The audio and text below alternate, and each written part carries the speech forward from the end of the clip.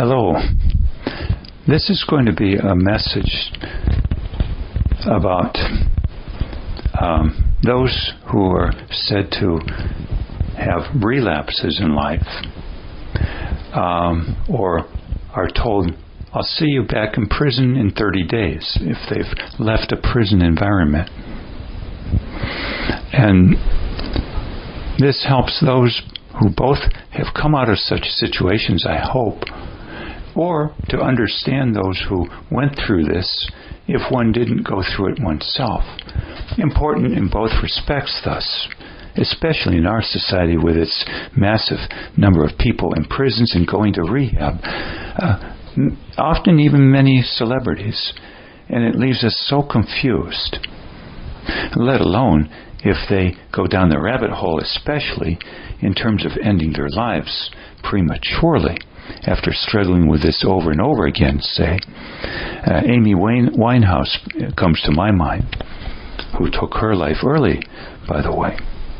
And I preamble this, that at certain points toward the end of the recording or video, I will say, I wish you well, and then I'll take up again 2-3 times with more information.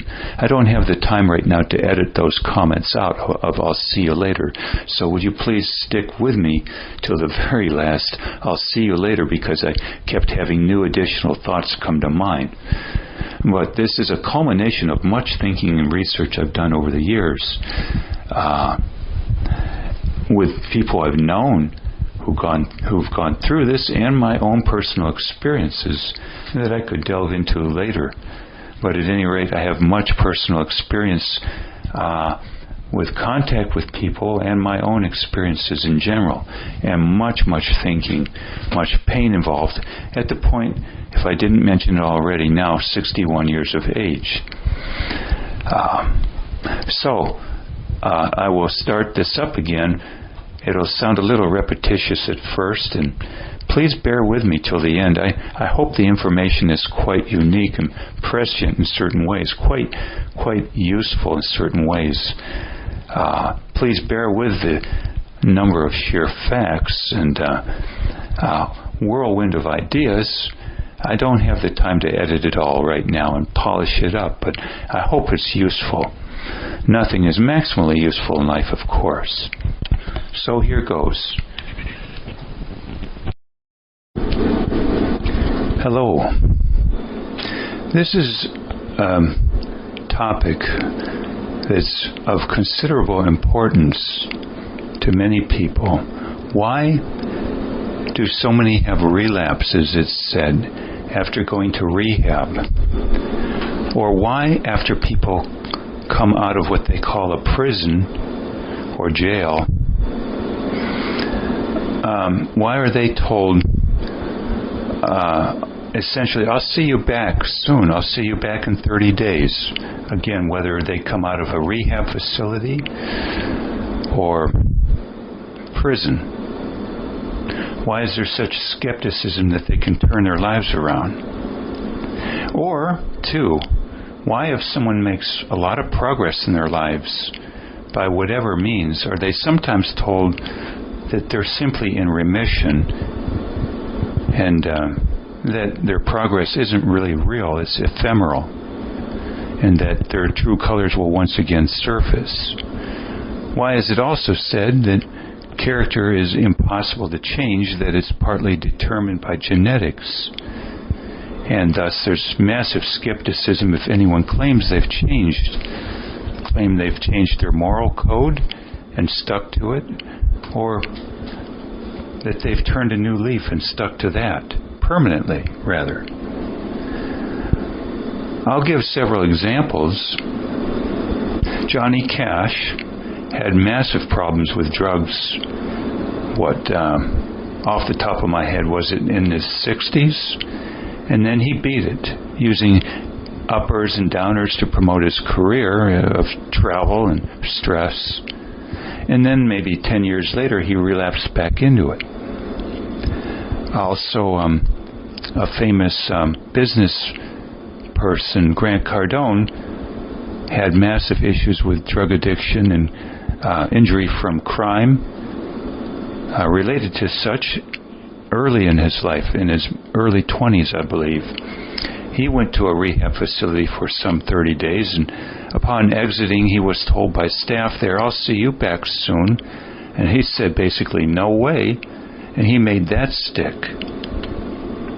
But why do some people arguably, yes, relapse, or they're told that they're not going to be able to beat this? And there's massive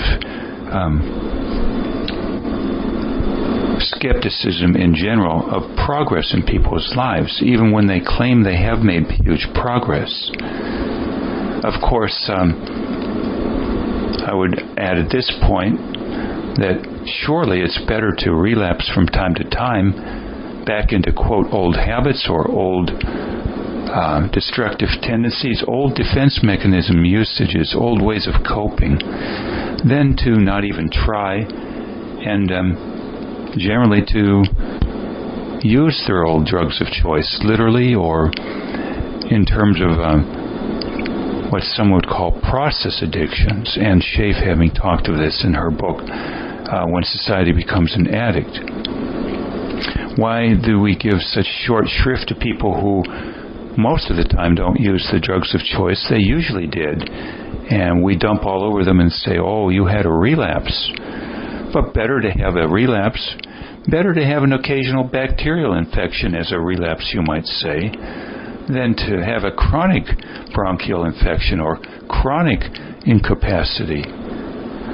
So here are some thoughts of mine as to why these relapses even happen, or alternatively, why some people are fixated after certain points of progress are made and seem to get no further. Well, I would say that sometimes people beat a certain use of drug of choice, if you will. Alcohol, meth, cocaine, heroin, or shall we say process addictions, or what I might call addictions of escapism, status usage, to an excessive degree especially, or over-control. These being things that are very subtle, but moreover things that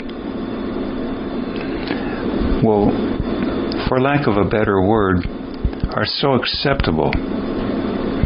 Case in point, Grant Cordone was accused on video by somebody of having switched from the use of chemicals as a drug of choice to work as a drug of choice. He was called a workaholic. And yes, I would say it's probably true.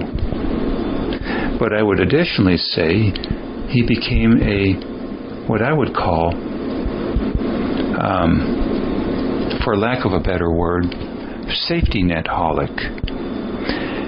He decided to build up such a big nest egg of money. He claimed to build respect for what was a counter to his former way of life, but I would say especially as a huge safety net, to the point now he has over $2 billion accumulated. So he took up not drugs anymore, but he wanted respectability. That's a big drug of choice. And he wanted that huge safety net of money to throw at problems. That's a huge drug of choice in my book. And by way of having to work so many hours per week to do this, his 10X conferences and other, constantly providing, yes, great content to people of a certain sort, but under time pressures and this obviating so many other things in life, that all of these were drugs of choice that replaced his former chemical-based way of life. And people have pointed this out in various ways to various degrees of clarity. And as per Johnny Cash, yes, initially after beating his uppers and downers habit, the chemical-based addiction, for say 10 years, before it reappearing again, he had other drugs of choice he was continuing to use or started to use to excessive degrees. For instance, Johnny Cash, too, used, as I would call it, the non-chemically based drug of choice of a huge safety net again, based on money and fame and allies accumulated, as opposed to self-resources, such as self-reliance, as Emerson talked of, or as some Buddhists would talk of, like a Nubhoff in India, of acceptance when necessary, or this being brought up too by Reinhold Niebuhr, the religious man from 75 or 100 years ago, instrumental in his ideas thus for AA, to change what you can, accept what you can't, and to know the difference. A tenet and core principle of AA. I would mention that, incidentally, I've never attended an AA meeting and was never trounced by alcoholic addictions, just for what it's worth. Additionally, Johnny Cash, I'm sure, had an addiction of workaholism, noting that Dr. Ann Schaaf, who wrote the book When Society Becomes an Addict, she, a Cherokee Indian who passed away a year ago, she talked of the fact that there are very few books on workaholism, and also noting that America is one of the most workaholic nations in the country, or rather world, except for Japan, where people drop from workaholism is documented, in fact. Compared to, say, Europe, where they have, in certain countries, mandated 6 weeks a year vacation, perhaps paid. I would say, too, Johnny Cash had relationship addictions, if I didn't mention already, in that his relationships were taking up such center stage in his life that they were a form of distractivism as a drug of choice, rather than a balanced approach. So not just did family take up a excessive amount of time, arguably, in his life as a distraction mechanism, but his fans too. And of course the element of fame, if I didn't mention it clearly already, as a drug of choice. It builds one's ego and gives one a safety net there, that these two are drugs of choice in my mind, replacing his chemical-based ones for, say, a period of 10 years.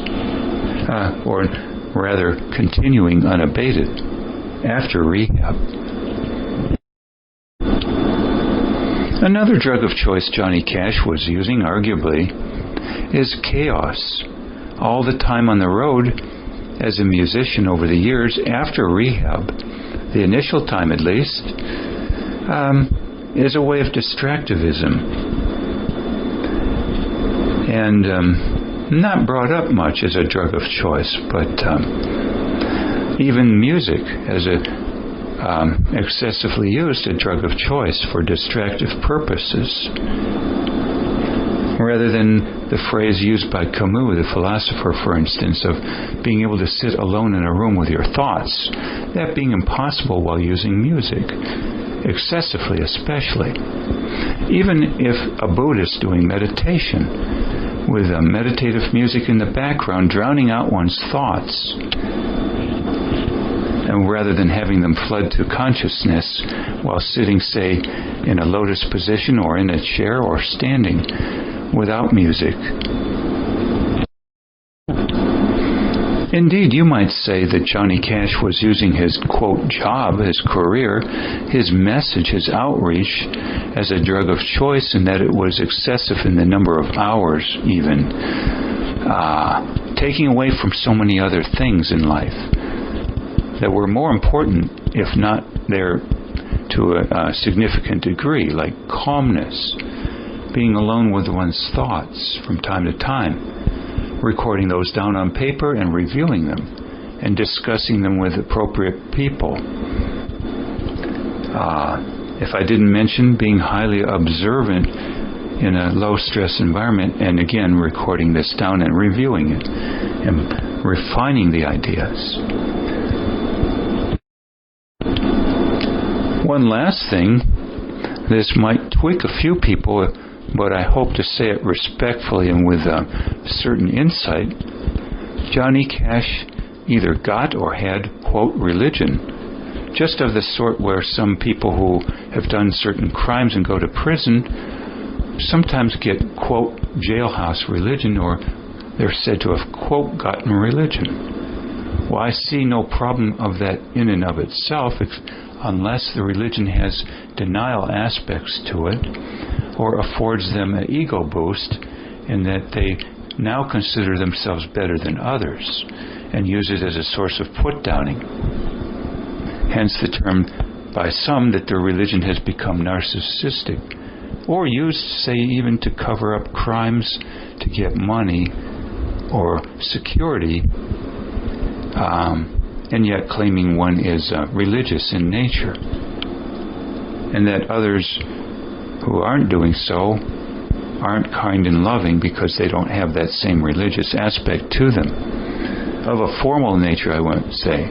Hence, all too often, certain people adopting religion as a new form of drug of choice, but not spirituality per se, noting a difference thus brought up, say, by people like Brene Brown and Russell Brand in England, a former actor and drug user and perhaps alcohol user in the past too.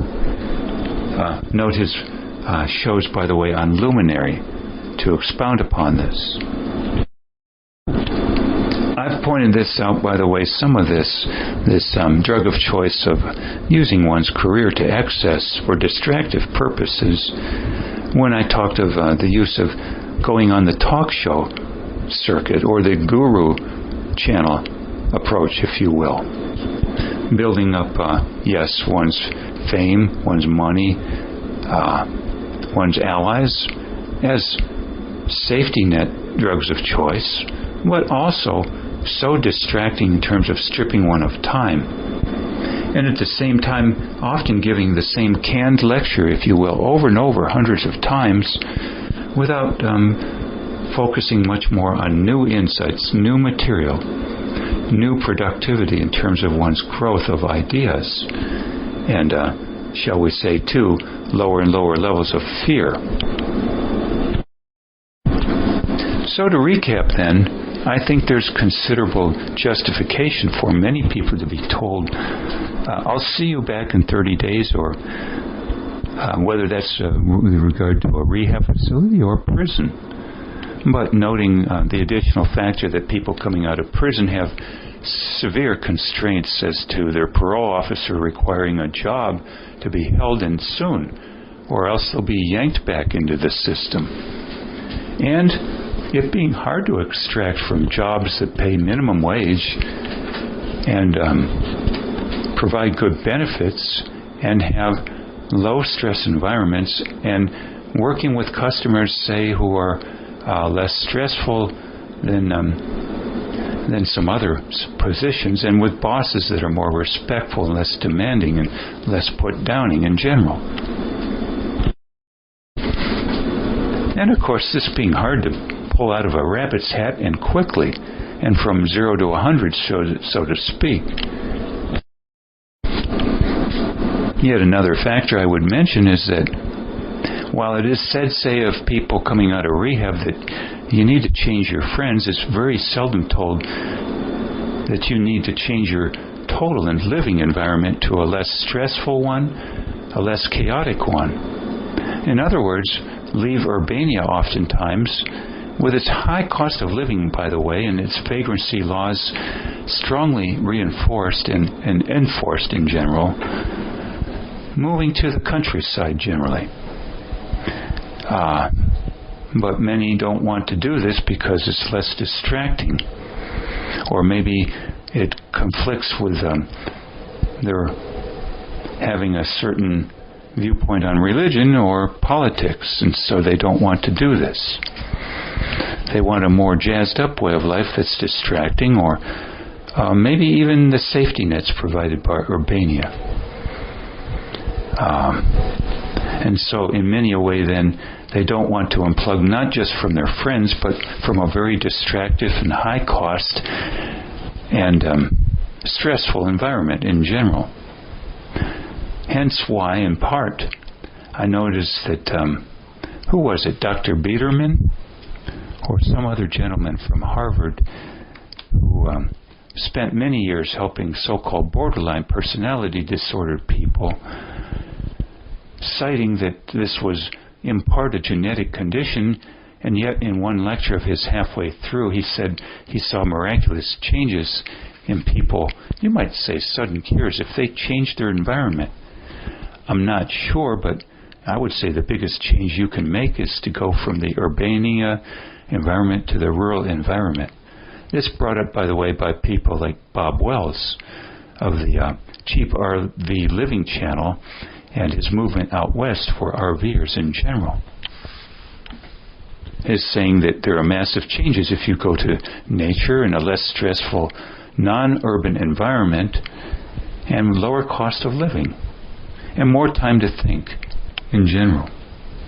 And he says it's not easy at first, the adjustments, but it's possible in stages with baby steps and well worth the effort and time. As you begin to reacclimatize to a new way of life that is less stressful, less costly, but yes, more flooding of thoughts from your unconscious in your mind in the short term that have to be dealt with. Hopefully not from 0 to 100, shall we say, overnight. In stages, the baby step approach. So these are my thoughts then on why it is said that so often such people are going to have a relapse, and sadly, this being criticized, the whole concept of a relapse, as compared to their being constantly relapsed, if you will, constantly inebriated or whatever, from massively destructive drugs of choice, approaches to life, to handle fear, basically. I say better to have an occasional relapse than to be constantly relapsed in a chronic state of denial or chronic drug addiction or other forms of escapism. Sadly, once again, many people do beat chemically based drugs of choice, or at least for a time, but they take up all too often other forms of escapism or rationalizing or denial.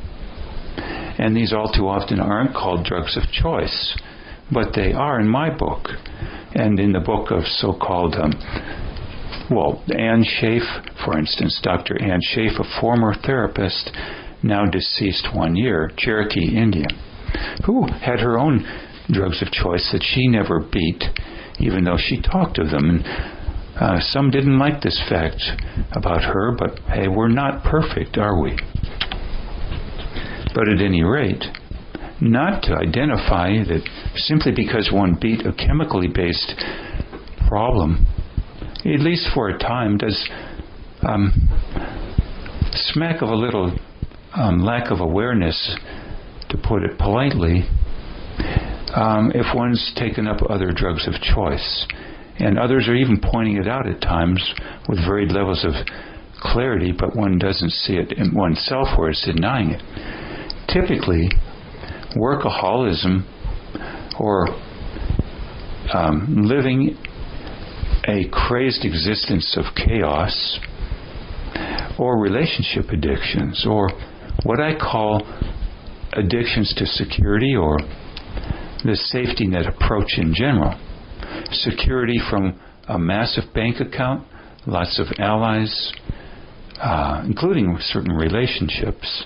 And Schaaf pointing this out once again, that many people have relationship addictions. This is not very common an idea in our society, in particular, it only coming to the fore when we talk of it in terms of sexaholism. as I would call, a relationship addiction of a special sort or subcategory. But there are other forms of relationship addictions too that don't have this sexual aspect, but have a common theme of distractivism. This sexaholism in many respects being simply a distractive type of drug of choice that doesn't have anything to do otherwise with the sex act per se. So that's my thinking then. I think maybe this will resonate to people one way or another, and I hope I conveyed it respectfully enough. I know I'm not perfect on that aspect or any other aspect of life, but I hope I'm to the point where I can convey these ideas usefully to most people, or a considerable number of people, hopefully. So I wish you well. Oh, and this is an afterthought, but very important. Why the relapses at all? Why the alternative drugs of choice being used? Yes, sometimes less destructive in nature. I would say basically because of what Freud talked of, his greater idea of fixations, even though he didn't have some good ideas in other aspects, that at a certain point, most people, he contended, grow no further. Well, I would say because they find alternative drugs of choice of lesser severity and settle into these. And so sadly, very few celebrities, very few people coming out of rehab or prison, say, call it what you will, take the radical approach, if you will, of, quote, going to the mountains or mountaintop or deserts or, say, the caves of Tibet. Or like, I think the movie said, Razor's Edge. In the Razor's Edge, the one man going to a mountaintop in India for 6 months in a hut. Without a laptop, I might add, or cell phone, or earbuds, or boombox, or music, or anything. Just alone with his thoughts for 6 months. Came down transformed as per the movie. Everyone was amazed. The movie's quite spectacular. What it maybe have come from the 1950s. Very powerful and popular movie from then. The Razor's Edge, I believe it was called. So he unplugged. He stripped himself of, shall we say, so many alternative drugs of choice called process addictions by Anne Schaaf, whereas so many others don't do this, and thus can't be certain what Freud called fixations into other forms of drugs of choice, defense mechanisms, rationalizations, call it what you will. And that to me then is the key to why some would have relapses or are arguably said to have taken up other forms of escapism or whatever, sometimes commented out of envy, jealousy, what have you, but still a contentious point there. Wherein some would say, well, you beat that drug of choice, but you have this alternatively. Again, a very important concept here. I doubly wish you well. One last note, too, might I add, that sadly, many people coming out of rehab facilities or prison have the new addictions of alternative chemical drug usage, whether buprenorphine or methadone, say, or Suboxone, or maybe they're put on other medications that are once called major tranquilizers. And some would even say lithium being one of those, the gold standard, it was claimed at one time. The sad thing being that these are very numbing drugs. Yes, arguably tranquilizers as a general overall rubric term, and they numb, in particular, one's emotions, including protective anger and awareness of fear to such an extent that one typically has little to work on in one's life and isn't aware of the underlying problems that really need work until they pop up from time to time in severe fashion, upon which one goes back to the rehab facility for a 14 or 30-day vacation from one's problems and a little uptake of yet more drug use of a socially accepted nature. For supposed genetic contributive issues. Another factor, too, is when these are termed not just for dual diagnosis purposes, but when they're said thus to be for life. And very stigmatizing, I might add. But yet another issue is if one is in therapy or group sessions from certain approved channels for life afterward, and there is a rather vetting or promulgating as useful.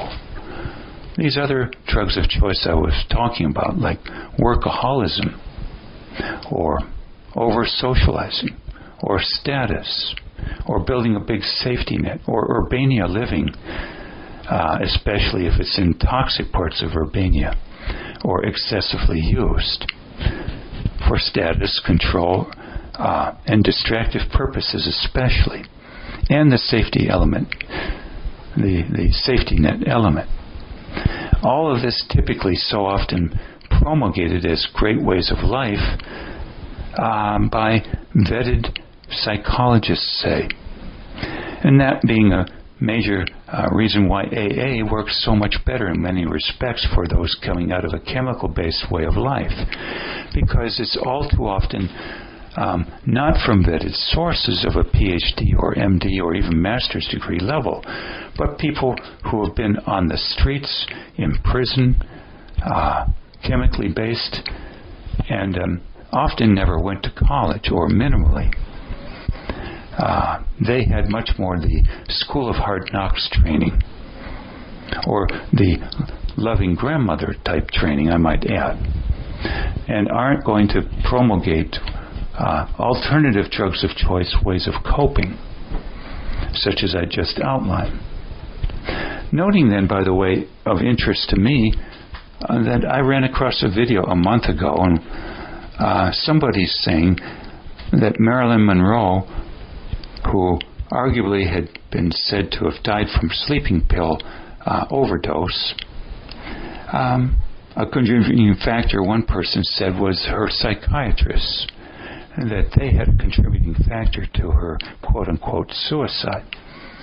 Perhaps I would say because they were promoting various alternative ways of coping, drugs of choice, if you will, that were inimical to her progress.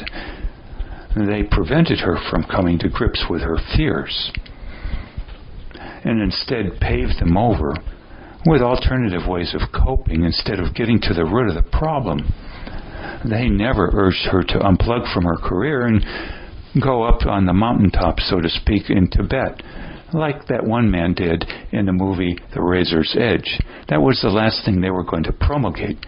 They wanted her to, quote, adapt to modern ways of life, modern urbania, keep her career, keep her income level, keep her status, her fame, and yet supposedly grow. So, in a sense, those were all alternative drugs of choice pushed upon her by her psychiatrists. And some say this contributed to her, quote, suicide thus. She never thus saw non-vetted sources of help. She never saw an Indian chief. She never saw, quote, her grandmother. She never saw someone from Hell's Angels membership groups. She never saw people who went to prison. The closest she ever saw to help in this regard was one of her friends, the photographer Eve Arnold, who was, quote, not a therapist, but very accepting by far compared to many, and thus began a long friendship, and Eve Arnold had exclusive access to Marilyn Monroe for many years and wrote a book on her, in fact, amongst other things. A trusted friend. And thus you might say a therapist to Marilyn Monroe, but not successful enough in the end run if you want to consider that she was not successful in helping prevent her from this, quote, suicide in the long run, but probably did help keep her alive and happier in many respects for many years. Again, I wish you well.